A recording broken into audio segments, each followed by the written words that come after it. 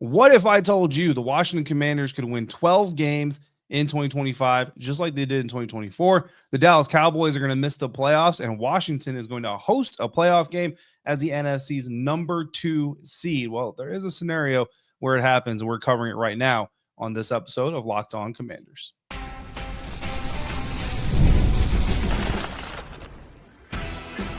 You are Locked On Commanders, your daily podcast on the Washington Commanders. Part of the Locked On Podcast Network, your team every day. And welcome inside today's episode of Locked On Commanders. I am your host, David Harrison, here with you every Monday through Friday, your friend, your eyes, your ears on the ground, covering the Washington Commanders, doing so for WUSA9.com, your local DC CBS affiliate, and also doing it for Sports Illustrated's CommanderGameDay.com. I want to thank you all for coming through today. We're going to do another mailbag episode. We opened up the mailbag. We had a ton of questions. Actually, we've got even more questions. In fact, we've got 3 specific questions that are going to actually shape full-blown episodes here in the coming days. But for here, we're gonna go through some of the other mailbag questions. They're still great questions, just not singular episode type of questions. We're going to talk about Luke McCaffrey, Chris Rodriguez, Gabe Taylor. We're going to still talk about the edge position because it is the position that everybody is most worried about, I think. And we're going to do some too early season predictions. The NFL schedule is going to drop in about 2 weeks' time. But before we do that, we're going to do a little bit of a too early season projection, whatever you want to call it. Have a little bit of fun with that. So I want to thank you for coming through today. I want to thank all of the everydayers out there, especially people who come through for every single episode.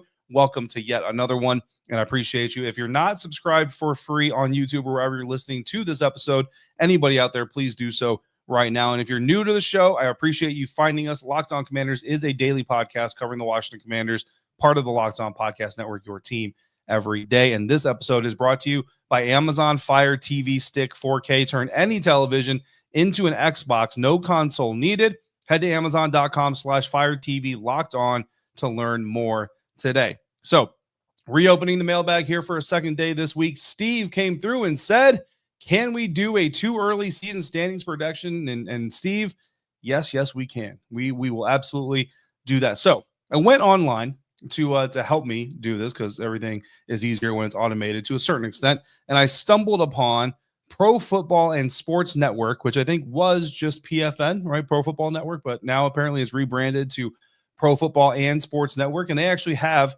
they call it a playoff simulator, right? But it's the entire NFL schedule. Now, clearly it is not the official NFL schedule because that hasn't been released yet, but it does have the accurate game matchups, at least as far as I could tell. It does for the Washington Commanders. It certainly did. So I assume for the Commanders it did. It does for everybody else. They also have so you can pick every single game. You can pick just specific games if you want to. You can do it however you want to do it. They also have a feature where it'll just simulate the whole thing by itself. So well, that's interesting. So I let it go ahead and do that first. And the results that they gave me were the Washington Commanders winning 12 games. So it's back-to-back seasons winning 12 games. But they also win the NFC East. Because in this simulation, the Philadelphia Eagles and the Dallas Cowboys both have matching 8 and 9 records.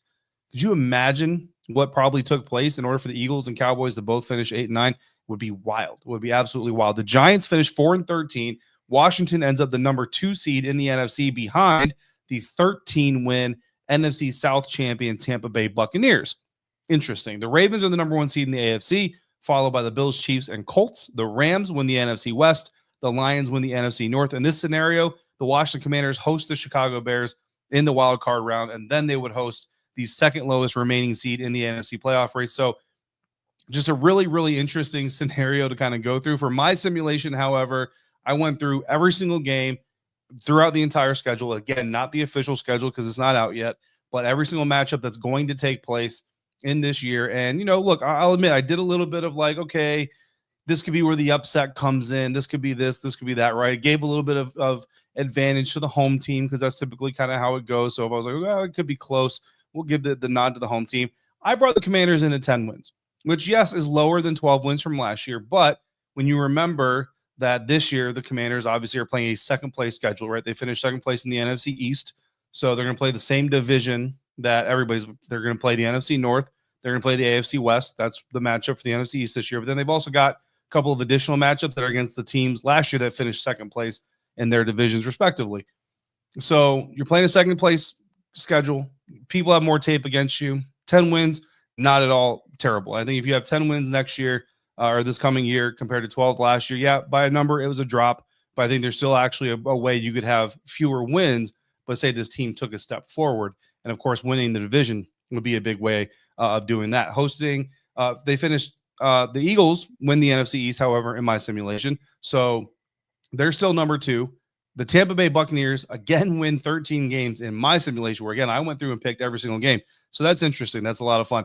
The NFC West won by the Los Angeles Rams. The NFC North won by the 11-6 Detroit Lions. NFC wildcards, the 49ers get back in the groove a little bit. They win 11 games.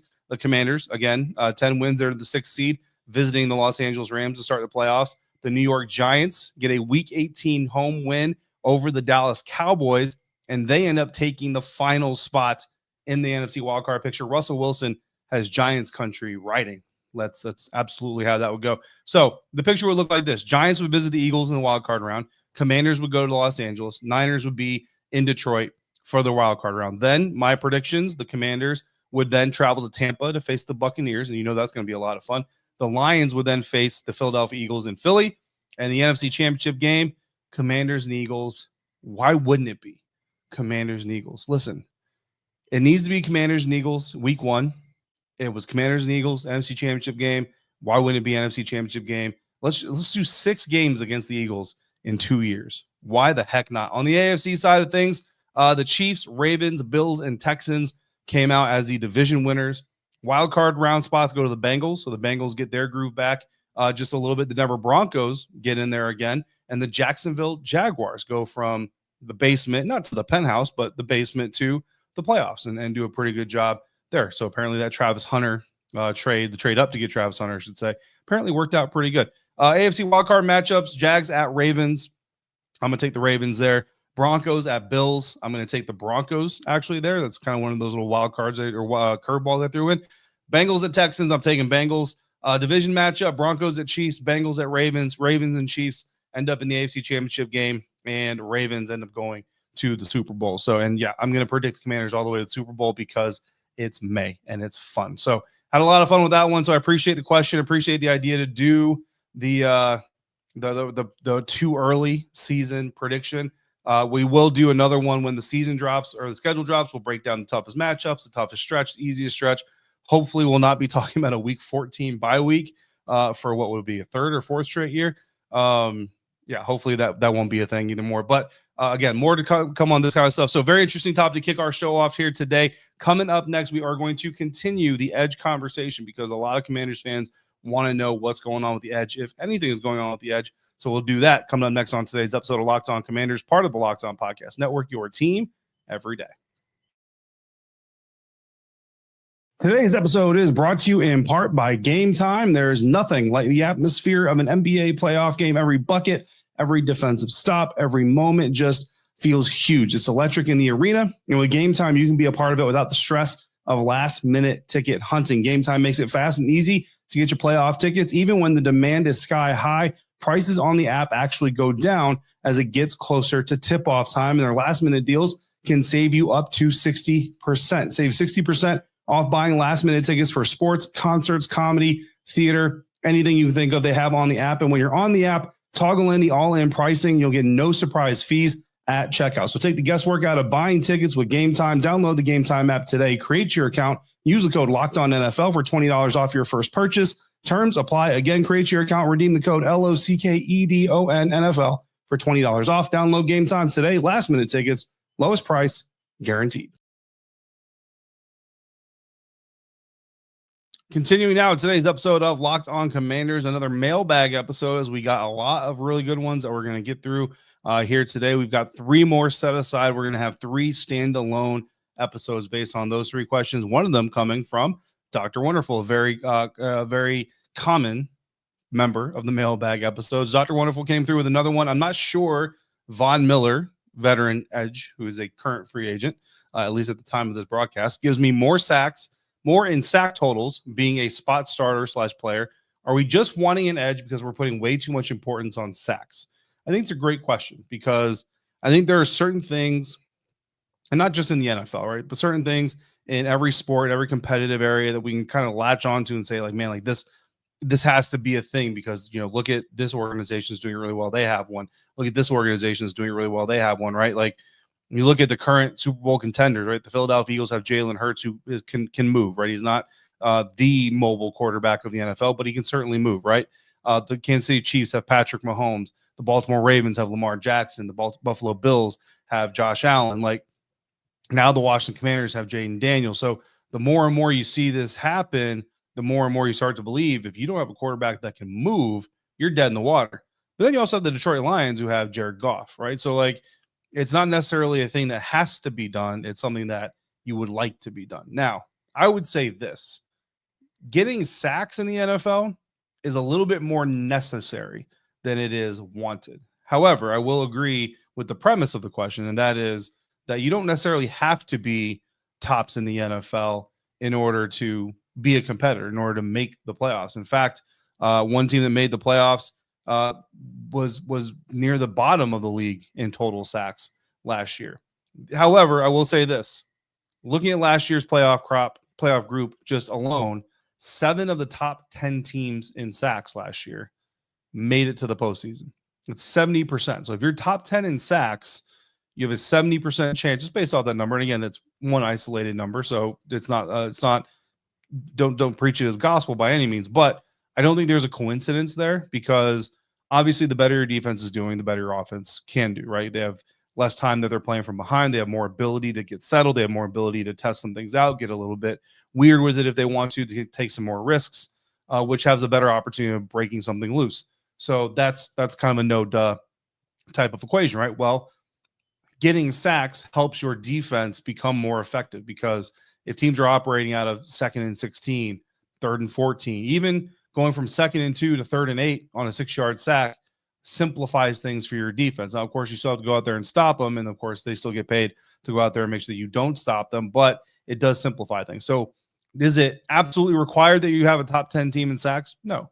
Is it definitely preferred? Absolutely. So I don't think we're putting too much importance on sacks. And when you listen to Dan Quinn and you listen to Joe Witt Jr., so deeper into the context, the Washington Commanders want to be an aggressive, hunt the ball type of defense. Sacks are part of that. Forcing fumbles is part of that. Recovering fumbles, getting interceptions. Like these things are all part of the identity that this Washington Commanders defense wants. So with that context added, I think that the emphasis on getting an edge rusher to replace Dante Fowler Jr., maybe even be better than Dante Fowler Jr., I think it's well placed. I don't think it's overdone. I think it's well placed. In fact, the actual objective was to not just go find an outside linebacker who can be that Dante Fowler Jr. replacement, but also find another edge opposite of Dorrance Armstrong who could be a down lineman that also would have an impact. Because if you have a down lineman who's having an impact there, that's only going to require more assets from the offense to try to stop that player, which then opens up that outside linebacker to do even more work. So, yeah, I think that there's absolutely a need for it. I don't think it's being overblown. However, I will concede to, again, and I'm not even trying to say this is this person's opinion that is not necessary, but I do think it's a good question to bring up because there are teams every year near the bottom of the league in sacks, total sacks as a team, that still make the postseason, right? And a team, the Washington Commanders, if you're top 5 in scoring again, you could theoretically be one of those teams. If you're top 3 in scoring again, you could theoretically be one of those teams. So as much as I do think it's important because of the identity that this team wants to establish, I will say that if they don't go out there, they don't bring in Trey Hendrickson. TJ Watt's not actually up for sale, which I don't really think that he is 100%. They don't bring in Von Miller. They don't bring in Zadarius Smith. Like, don't go into the season saying they have no elite edge rusher. The season's dead in the water, because that's not necessarily the case either. Now, Robbie has a question similarly focusing on the edge group. Says, since AP didn't target an edge in the draft, if you had AP's ear, who would you pound the table for? Well, I think covering this earlier this week, the top 2 free agent targets are Von Miller and Zadarius Smith. Obviously, the top 2 trade targets are Trey Hendrickson and TJ Watt. If they're both actually available, which again, some people in Pittsburgh land will tell you that they might as well trade him. It's not even so much that they're wanting to trade him. It's like they might as well trade him. And some people are telling you like this is all just a figment of your imagination and it's not going to happen. Trey Hendrickson's situation, Trey has said several times he wants to stay in Cincinnati. Cincinnati has said several times they want to keep Trey Hendrickson. I think the problem with Trey Hendrickson and the Bengals is every time it seems like they come close to a deal, somebody else, another edge, whether it be Myles Garrett or somebody else, signs a new deal themselves, Max Crosby, and it kind of resets the market. Now Trey Hendrickson goes, oh, that deal that we were close to agreeing on, yeah, we're not so close anymore. So let's come back to the table. And the Bengals get frustrated. Trey Hendrickson gets frustrated that they're frustrated because it's not his fault that the market is resetting, et cetera, et cetera, et cetera. And around we go. But the Bengals are holding on with dear life to Trey Hendrickson to try to make this thing work. However, let's just say even ground. Basically, AP's got 2 packages. He can offer one to the Steelers. He can offer one to the Bengals and make this deal happen. For me, I'm going TJ Watt. Why? Because honestly, when I see a player kind of go through the song and dance or going through with the team, the way that Trey Hendrickson is doing with the Cincinnati Bengals, listen, I'm all about players going and getting their bag. I'm all about players taking care of themselves because nobody else can do it for them. But there's a little bit of an element of professionalism in it. There's a little bit of an element of kind of being reasonable, I would say. And it's not, I want to be careful. I'm not going as far to say that Trey Hendrickson is not being reasonable because I'm not in the negotiations. I don't know what's happening to the table. What I'm telling you is the outside perception kind of had the same feeling when Aaron Rodgers first started doing his stuff with the Green Bay Packers that ultimately led to him going to the New York Jets. And then, I mean, I don't know where he's gone since then, like just spatially in his mind, but you know what I'm talking about. Trey Hendrickson kind of taking that same avenue there, right? So I kind of want to just stay away from that. TJ Watt, even through it all, I know there was kind of like the subtweet, right? The picture of him like throwing the deuces up and everybody went crazy. And, oh, TJ Watt is saying bye to the Pittsburgh Steelers. That's a little bit more docile to me. He's a little bit more professional. He's a little bit more just about his business, and we're going to take care of everything we need to take care of. So I would go there. Plus, honestly, I think TJ Watt probably has the longer runway, I should say, before the play really starts to dip. So when we're talking about trade, those are the 2 guys. TJ Watt's the guy that I'm pounding the table for. However, I'm not 100% on board with they have to go get one of the best pass rushers in the NFL. Like, I don't think this team, and this kind of goes back to the first question, is it important to have a talented edge? I do believe it is. For the sake of the identity of this defense, I believe that it is. Does it have to be one of the best guys in the league? No. And we learned that last year because Dante Fowler Jr. Dante, I love you, man. Cool dude. Really appreciated getting to know you for the last year. Not one of the best pass rushers in the National Football League. He's just not. Yet he led this team in sacks. This team was one of those top 10 teams that I told you about that led the NFL in sacks as a team and made it to the postseason. Dante Fowler Jr. was the guy that led this team in sacks. Why? Because the scheme facilitates it. Now, don't get me wrong. The player, give credit. The player's got to go out there and execute. The player's got to be in the right place, do the assignment, play off the assignment the right way. Dante absolutely deserves credit, but it can be done with Dante.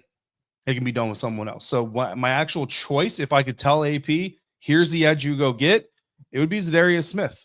That is who I want you to go get. Why? Well, Zadarius Smith, for one, he's younger than Von Miller, but it's not just the youth. It's the amount of juice left in the batteries. When you turn on Von Miller's tape, you still see some pretty good juice. And to be completely fair, he's about to turn, or he just turned 36, so he's in his late 30s.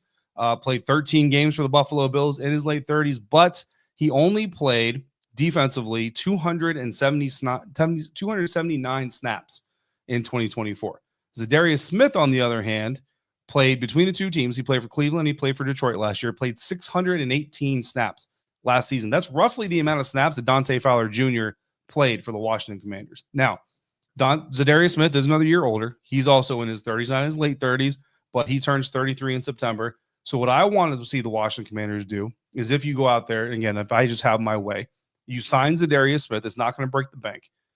You pair him with Jacob Martin, and you rotate the guys. You give, I don't. It could be a 2/3, 1/3 split. You know what I mean? Maybe Zadarius plays total of 400 to 500 snaps.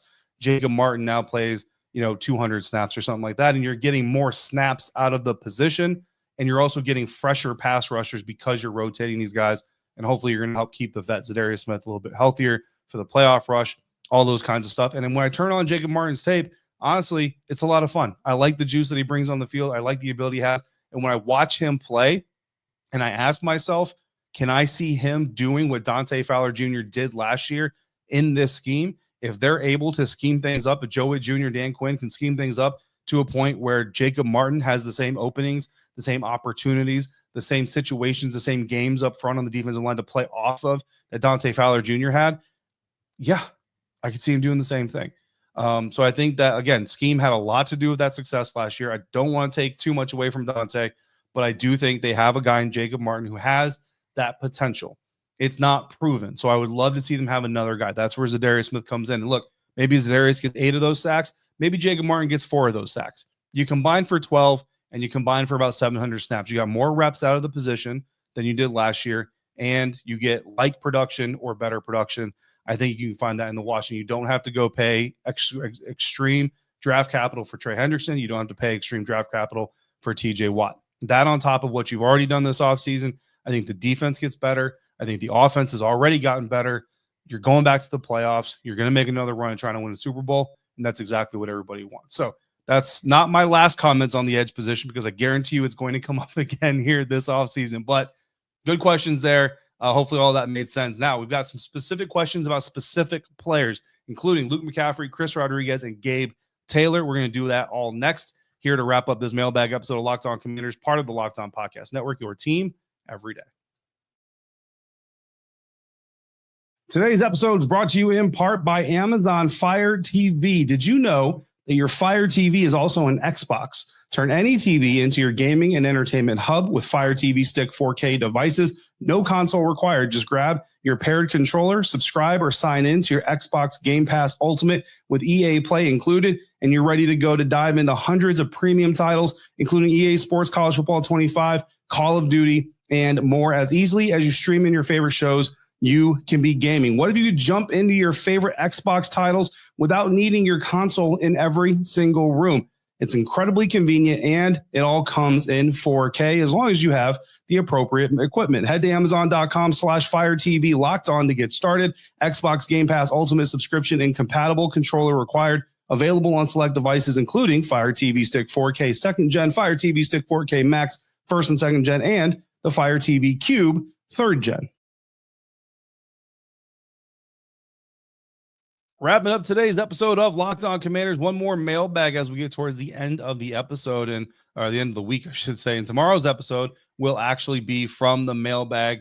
Again, Dr. Wonderful asking us the run defense. The defense has gotten bigger. Has it gotten better?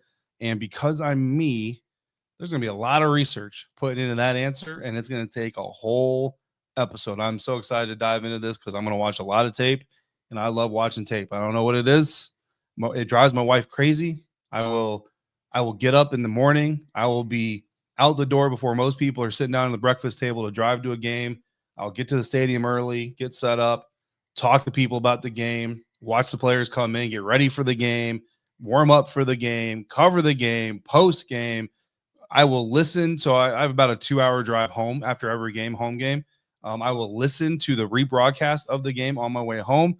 I will get home, and I will turn on football. I will turn on tape. I'll turn on Sunday Night Football, whatever. I don't know, guys. It's a sickness, and I love it. But that's what we're going to talk about tomorrow. So make sure you come back for that as we wrap up the week here at Locked On Commanders. But we're going to wrap up this episode talking about 3 specific players. Scott came through, and actually Scott also asked about the edge group. So technically he was in that group as well. But he also asked about Luke McCaffrey. Is it Luke McCaffrey's time? Listen, here's what I'll say about Luke McCaffrey. And this is the biggest grain of salt to go with this, is that I have not seen anything from Luke McCaffrey in 2025, right? Like, the last time you saw Luke McCaffrey on a football field is the last time I saw Luke McCaffrey on a football field. So I want to make sure that we have this massive grain of salt. Obviously, these questions I can answer a lot better once we get to like OTAs and all this stuff. So feel free to bring it up again at that point. But from right now, here's what we can talk about. Luke showed some really good flashes last year. He was getting open. There were some opportunities, and not all those opportunities were taken advantage of. There was the toe tap where he was so close to getting his first career NFL touchdown. Unfortunately, it was basically the last opportunity. There was the one where he was running free down the field, and Jaden overthrew him. Not sure that his speed, he gets into the end zone, but certainly would have been a big gain either way. So Luke showed some flashes last year as a rookie. Kind of hit a rookie wall, it seemed. There was a specific play. I'm not going to get too much into the bones and nuances of it, but there's a specific play that was kind of like, oh, okay, like, is this a rookie wall moment? And I had this question in my head of, is that the kind of moment where you kind of say, okay, rookie year, we might have gone as far as we can with Luke right now as a receiver, so we might have to start putting some other people in. And sure enough, other players, Olamide Zaccheaus, Jamison Crowder was getting ready to get healthy. De'Ami Brown was getting more involved. Other receivers started to get more reps. They started to get more play time, which is reps. I don't know why I said it twice. They started to get more targets, and Luke kind of faded. And then we saw Luke come out as a kick returner. And you'll remember what I'm talking about. That kind of progress with Luke kind of happened. And it kind of all sparked at that moment. And I asked a member of the coaching staff, I'm not going to say who, and they basically kind of confirmed what I was suspecting, right? And that's when he got relegated more into special teams. Now, I think this year he's in enter training camp, enter the OTAs, competing for wide receiver 4 reps with Jalen Lane, the rookie out of Virginia Tech. I think Terry, right? Debo is going to get his reps. Like, he's going to get his, whether he's in the slot or he's outside, number 2, quote unquote, receiver, whatever it is, he's going to get his reps. Noah Brown, steady veteran. He's going to come in and be kind of that third receiver, I think, in the pecking order. And then number 4, again, it's going to either be Jalen or it's going to be Luke. And ultimately, they're both going to have a rotational role. Like, they could be 4A, 4B, right? There's not really going to be a 5. They're just both going to be the 4. And it's going to be a rotational role. What's the best matchup? What's the scenario? You know what I mean? Things like that. Also, both guys are going to have special teams roles, right? I think Jalen Lane is going to compete to be a punt returner. Luke McCaffrey is going to compete to be a kick returner alongside running back Ja'Cory Krosky-Merritt. I think that's going to be a very interesting duo potentially back there. After Austin Eckler's concussion last year, I know he was the second team All-Pro kick returner. I know last year after concussion that he suffered, Washington really didn't want to put him back there again. I kind of think that might, again, unless they feel like they have to, right? If some of these guys prove that they can't be relied on to be that return guy, then maybe Austin Eckler has to go back there. But I think if the Commanders have their choice, Eckler won't necessarily have to be back there. So the presence of Noah Brown, Debo Samuel gives the Commanders another year to work on McCaffrey without the pressure of you have to be out there and be a big-time contributor. Because remember, this season, Luke McCaffrey is entering his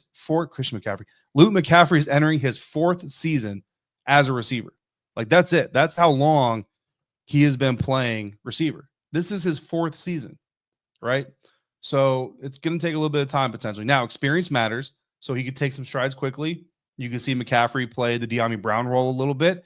He did get some outside reps last year. McCaffrey did. He's obviously considered a big slot type. Most of his reps came in the slot, but half of De'Ami's regular season production last year came out of the slot. So you can see him fill a little bit of that De'Ami Brown role as the season gets going. So it's hard to pinpoint real expectations on Luke. So that's kind of the best in focus, contextual answer I can give you to that question right now. Now, bring it up again if you want to after OTAs. At least let me get some looks at him doing some reps, even with no pads. You know what I mean? I've seen enough of him. If there's a big difference in what he's doing, should be able to pick up on it pretty quickly. Joy came through. I know that this has not been mentioned lately, but with all the new drafts and trades, what do you think is going to happen to running back Chris Rodriguez? I really like him. He averaged 4.9 yards per carry last season, and his 2.4 yards average after contact would have been top 5 mark in the league if he'd seen enough volume to qualify. What are your thoughts? Love the research, first of all, going into the question, Joy. Truly a Locked On Commanders connection there. So the unfortunate thing here is that stats per carry, those types of things don't necessarily multiply with touches. So just, if you were to say, well, if Chris had 3 times more touches, 3 times more stats, it unfortunately doesn't translate that way. But Chris is obviously a guy that I've kind of pounded the table for. We've seen him perform. When he gets his opportunities to play, the kid balls out. You know what I mean? He's a gamer, not necessarily a practicer. Not saying that he doesn't practice, right? But you have to remember, all of us, when we're, kind of saying, like, why doesn't this guy get more time? Why doesn't this guy get more time? We don't see the practices. Now, even during the regular season, I get to go see some of the practices. But I'll tell you right now, the part of the practice I get to see is not the part of the practice I would need to see to tell you here that Chris Rodriguez is outperforming anybody else during the week to earn those roles, during those reps in the week. I'm also not in the meeting rooms, all those things. I was in training camp. Now, in training camp, we do get to see the full practices. Media gets to see every practice of training camp full. Fans, you get to see select practices in full. And I will tell you, and anybody who was in training camp last year and paid attention to Chris last year, and Chris would tell you, because we've had this conversation, not a great training camp. He had some fumbles. He had some drop passes. And I'm telling you, Chris Rodriguez, better receiver than he's given credit for, but he did not show it in training camp last year. So I already know Chris is incredibly motivated this year to come in training camp. And if this coaching staff lives up to their word, which so far they have, he's going to have the opportunity. He's going to have the opportunity to come out there and compete. And if he shows that he's the 3rd best back on that field, then they will make him the number 3 back. If he shows that he's the 4th best back, then he'll be the first dude off the practice squad, or they'll keep 4 active backs. You know what I mean? So I look forward to seeing what Chris is going to do this year. I know he's determined, but I also know he understood, especially last year when they made their cuts and he ended up on the practice squad. He understood why it happened. He understood where he failed himself and didn't deliver on his own expectations. And I look forward to seeing a very motivated Chris Rodriguez Jr. in training camp this year. So great question, Joy. Tia came through. What if Gabe Taylor is really good? Would they unretire number 21? So for those of you who may not know, Gabe Taylor, brother of deceased Washington legend Sean Taylor, former teammate at Rice of wide receiver Luke McCaffrey, safety at Rice, went undrafted in the 2025 NFL Draft. He received an invite to the Washington Commanders rookie minicamp, which is taking place here in about a week. He has said on social media, he said it publicly, that he wants to finish what Sean started. He wants to play for the burgundy and gold. He wants to wear number 21. So there's 2 factors to this. The first part is he's got to make the team. Second part is the number. Making the team, it's a big hill to climb. He's an undrafted free agent. It's a big hill for any undrafted free agent to climb. Doesn't mean you can't do it, right? Jeremy Reeves has done it. Frankie Louvu has done it. We've got an episode coming up here in a few days. We're going to talk about undrafted free agency players making rosters and all those things. When I look at Gabe Taylor on tape, what I see is a safety that plays hard, likes to hit, is not afraid of contact, doesn't show the greatest form when tackling, however. He's got ball skills, speed. Saw a clip of him running down Mekhi Hughes of Tulane. He's now in Oregon. So if you're a Big Ten football fan, you're going to hear about Mekhi Hughes there in Oregon, and that's not easy to do. He's a fast dude, that running back. I basically kind of look at him as a smaller Jeremy Reeves. Can he get a training camp invite spot and a spot on the 90-man roster? Yeah, I believe there's a world where he could. I wouldn't count him out, certainly. Honestly, kind of looks like he'd be a running back if he could carry the rock. I don't know what his ball security is like, but if he can carry the rock, I kind of look at him like, dude, like, you might want to cross-train to be a running back, right? Now, about the number. Here's my honest opinion on the number. If the family wants it, I'm not going to try to stand in the way. First of all, I can't stand in the way. But I'm not going to sit here on the show and say that it's wrong or say anything like that, because if his family wants it, then I'm fine with it. I have no reason not to be, but I'm not big on either side of this conversation, to be quite honest with you. Like, if you're good enough, you're always going to be a part of a numbers lineage, right? 23 has not been worn by Michael Jordan in over 20 years. Yet when a 20-year-old puts the number 23 on, people immediately look at that player and say, oh, you think you're pretty special putting that number on, even though Jordan hasn't worn that number in over 2 decades. So if you're good enough, whatever number you wear is going to become legendary. But I'm also okay with the thought process of, I made that number legendary. Now you go make your own number legendary, right? Create your own path. I'm okay with that, bro. So when it comes to like jersey retirements, like, I love the honor of it. I'm not really big like on either side of it, to be quite honest with you. So while Sean Taylor made 21 untouchable in Washington, if you wanted Gabe to go make another number untouchable, like, leave that number untouchable. It's already untouchable. Just leave it the way it is. You go pick a new number. You make that number untouchable. Now make the Taylor brothers untouchable. You both have numbers. I'm okay with that. That's your stance. If your stance is, no, he's his brother, he should be allowed to unretire and wear it, I'm okay with that too. Ultimately, I would say, what does the family want? If the family wants it, do it. If the family doesn't want it, leave it be. Could he wear number 21 for rookie minicamp? That's not necessarily unretiring the number, right? Like, could he wear it for rookie minicamp? I don't know. It'll be interesting to see. Obviously, when Gabe Taylor takes the field, it's going to be something that everybody looks out for. So we will all find out. I don't know if the team will warn us ahead of time or not. Depends on how much it's on their radar. But good question. Absolutely a relevant question. Gabe Taylor will be a part of our undrafted free agent profile series. Listen, the team does not put out a list of undrafted free agents that they brought in. So it's going to just be as many as I can find that I can confirm as best as possible that are on the team for the rookie minicamp. And we'll go through as many of those here in a few episodes. But that's going to wrap up today's episode. If you want to submit further questions or topics for mailbag episodes, do so at joinsubtext.com/LockedOnCommanders. Until our next episode, I want to thank you for making Locked On Commanders your first listen of the day, every day, everydayers. Thank you for coming through every single day. Until we speak again, if you're out and about, please be safe, be kind, so I can see you right back here next time for another episode of Locked On Commanders, part of the Locked On Podcast Network, your team every day.